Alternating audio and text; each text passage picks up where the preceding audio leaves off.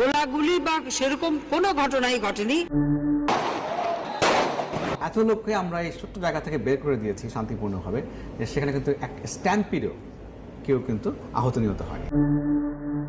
অনেক মানুষকে তারা শহীদ করেছে, অনেক আল্লাহর বান্দাদেরকে শহীদ করেছে, নিরহ মানুষ। 2013 সালের 5ই মে শাপলা চত্বরে হেফাজতে ইসলামের ডাকা সমাবেশে সেদিন নানা বাধা বিপত্তি থাকা সত্ত্বেও জড়ো হন লাখ লাখ হেফাজত কর্মী সমর্থকরা। 13 দফা দাবি আদায়ে বিভিন্ন কর্মসূচির সঙ্গে ঢাকা অবরোধ কর্মসূচি ঘোষণায় 5 মে মতিঝিলের শাপলা চত্বর কানায় কানায় পূর্ণ হয়ে যায়। সারাদিনব্যাপী উত্তেজনাকর পরিবেশের মধ্য দিয়ে চলে এ সমাবেশ। তাদের দাবি আদায় না হওয়া পর্যন্ত তারা সমাবেশ স্থল ছাড়বেন না, এমনটাই দাবি নিয়ে এসেছিলেন সেদিন। বারবার আইন শৃঙ্খলা বাহিনী স্থান ত্যাগ করতে বললেও হেফাজত কর্মীরা তাদের অবস্থানে ছিলেন অনড়। দিন গড়িয়ে রাত আসে। মধ্যরাত পার হতেই আইন শৃঙ্খলা বাহিনীর ঊর্ধ্বতন কর্মকর্তাদের কাছ থেকে অর্ডার আসে অপারেশন ফ্ল্যাশ আউটের।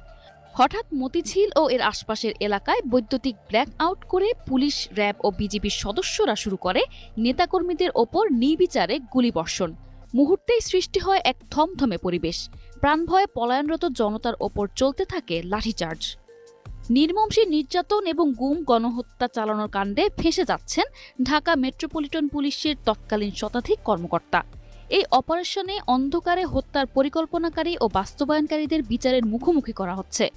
তৎকালীন ডিএমপি কমিশনার বেনজির আহমেদ থেকে শুরু করে থানার ওসি পর্যন্ত কর্মকর্তাদের তালিকা করা হচ্ছে।